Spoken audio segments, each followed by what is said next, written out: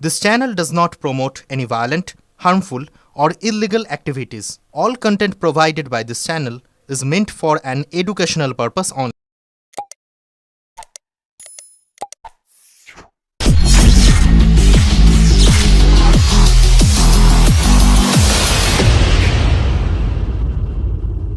আত্মঘাতী সংখ্যা বেড়ে যাচ্ছে। আমি নিজেও এরকম কয়েকজনের বাড়িতে গেছি যারা আত্মঘাতী হয়েছেন আর কি।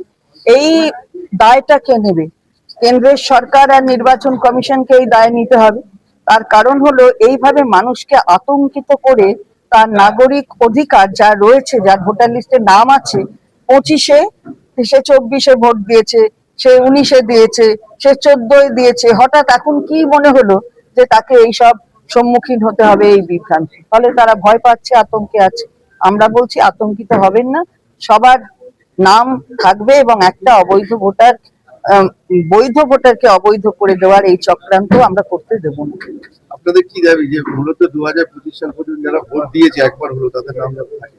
যারা দিয়েছেন, যারা মৃত ব্যক্তি তারা আলাদা, যা যা নিয়ম কানুন আছে নির্বাচন কমিশনের, যেটা রিপ্রেজেন্টেশন অফ পিপলস অ্যাক্টের মধ্যে রয়েছে, সেগুলো দেখে নিয়ে দেখবে কি আছে কি নেই আছে কি নেই। কিন্তু তার মানে তো এই নয় যে এইভাবে আতঙ্কিত করবে।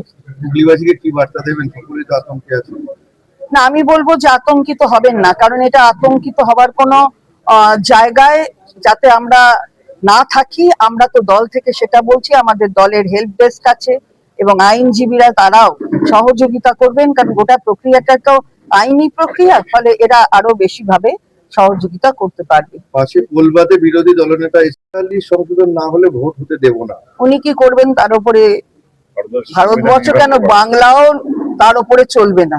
সুতরাং উনি ওরকম গলা ফাটিয়ে ফাটিয়ে অনেক কথা অনেক সময় বলেন। তিনি নিজের গড়টা রক্ষা করুন, তাহলেই হবে। কি বলেন, শুধু কি গর্জনই এটা? তাছাড়া কি আপনার কি মনে হয়? না, যদি গর্জন হতো তাহলে 200 পার থেকে 77 এখন আরো নেমে এসেছে, তার থেকে অনেকে চলে এসেছে ভুল বুঝে। তাহলে কি দাঁড়ালো? তাহলে তো ওনারই ব্যর্থতা দাঁড়ালো।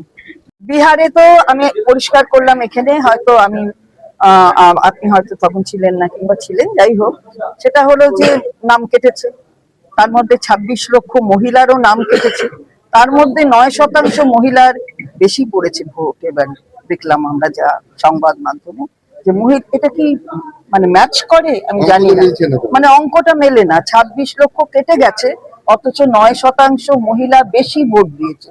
তাহলে এত আগের 5 বছরের থেকে 18 বছরের ওপর এত চলে আসলো যে ভোট দিল। তো যাই হোক, এগুলো পরবর্তীতে নিশ্চয়ই এগুলো সমস্ত হবে, অ্যানালিসিস হবে। কিন্তু এখন আমরা যেটা বলতে চাই, বাংলা আর বিহার এক নয়, বাংলা আর বিহার এক নয়। বাংলা যথেষ্ট ভাবে রাজনৈতিক সচেতন মানুষ বাংলায় আছেন, জনগণ সচেতন, এবং গণতন্ত্রের মধ্য দিয়ে কিভাবে তাদের উপযুক্ত জবাব দিতে হয় সেটা বাংলার মানুষ জানে।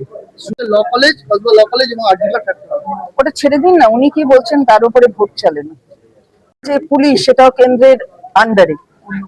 এবারে দেখুন, আমি আপনাদের একটু, যেহেতু আপনারা চতুর্থ স্তম্ভ স্বঘোষিত, কিন্তু তাও আমরা সবাই শ্রদ্ধা করি, কারণ আপনাদের পরিশ্রমের জন্য আপনারা স্বঘোষিত চতুর্থ স্তম্ভ সংবিধানে।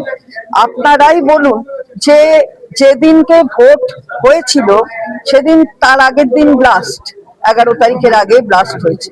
তারপরে ভোটের দিন আপনারা সবাই ওইটা নিয়েই ব্যস্ত ছিলেন স্বাভাবিকভাবে, যে এখানে হয়েছে। অথচ কেন্দ্রের সরকারের পক্ষ থেকে মাননীয় প্রধানমন্ত্রী, তিনি ভুটানে ছিলেন, তিনি ভুটান থেকে গর্জন করলেন যে একজনকেও একদম ছাড়া হবে না।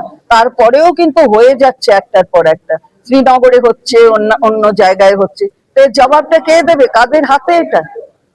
3000 কেজি বিস্ফোরক ভারতের বুকে, দেখা যাচ্ছে যে একের পর এক ডাক্তারের নাম যারা প্রাণ বাঁচায় তারাই এখন প্রাণ কাটছে ভারতবর্ষের বুকে। এটা কি একটা আতঙ্কের কারণ নয়? না, 3000 কেজি সে 3 ঘন্টা ধরে দাঁড়িয়েছিল পার্কিং জোনে, 3 ঘন্টা ধরে দাঁড়িয়েছিল, কিন্তু কেউ দেখতে পায়নি। কারণ তাহলে কি করে কি হলো, কোনটা কি হলো, আগামী দিন সেটা পরিষ্কার হয়ে যাবে। প্রতিরক্ষা, স্বরাষ্ট্র সবই তো ব্যর্থ, মাননীয় প্রধানমন্ত্রী তিনিই ব্যর্থ।